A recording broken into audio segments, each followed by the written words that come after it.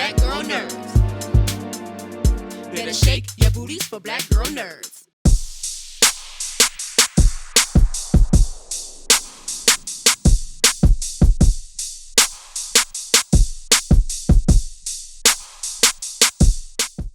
Congratulations on this film. It was really great to kind of sit so down much. and watch it. Although I will say, we'll talk about that scene in a minute, Okay. but you scared me for a while. So tell me about coming to the role, because you've done other stuff before, but this is probably the biggest thing you've kind of done on the certainly. scale. So Absolutely. was it intimidating coming into work for Ridley Scott? Oh, yeah. No, I mean, I was like, I don't know why you guys picked me. I mean, I'm sitting next to Michelle Williams and Ridley and really everyone who on that set, I just felt have been doing this for decades and have worked with the best people in the business. And I just turned 18. I really didn't know what I was doing there, but I did use that time to learn as much as I could. I really just tried to be a sponge and learn as much as I could from everyone around me.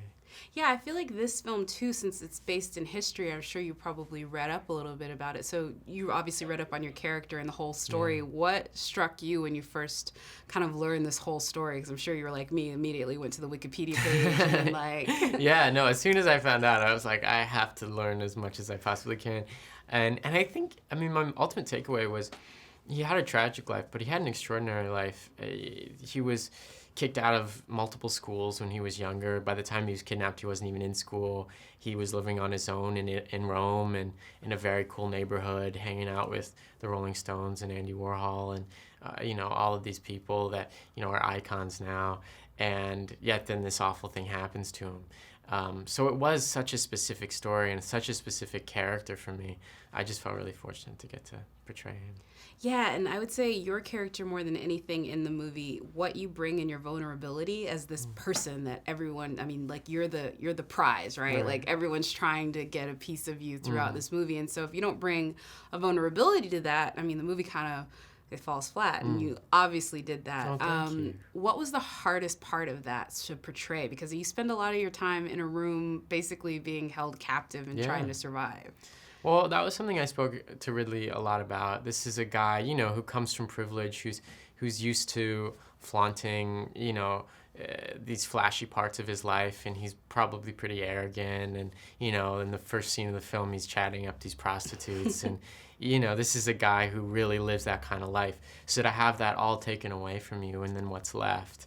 And I think what's left is a 16-year-old kid who comes from a broken home. His dad is off in the middle of nowhere partying, and his mom, of course, is fighting for him, but he doesn't know that. All he knows is that no one has come to rescue him for 5 months, and that to leave a 16-year-old kid with that feeling is pretty tough and pretty heartbreaking. So.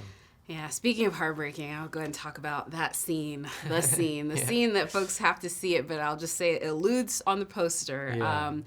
What was that filming? Because I'm not going to lie to you, I appreciated it for the little I saw in between my eyes, because I couldn't, get out of there.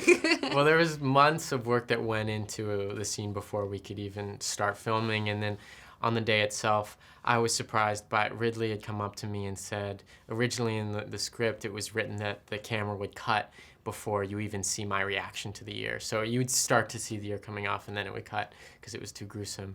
But, of course, knowing Ridley, he likes to show that. So he said, let's just try it if you keep on going with it, and you wake up and you feel it and all of its pain. So I just went with my gut on it, and that's how it kind of happened. But no, it was a tough one to shoot. It was quite the place to go to. Well, for all of my crying, it was definitely worth it. And thank you so much. Better shake your booties for black girl nerds.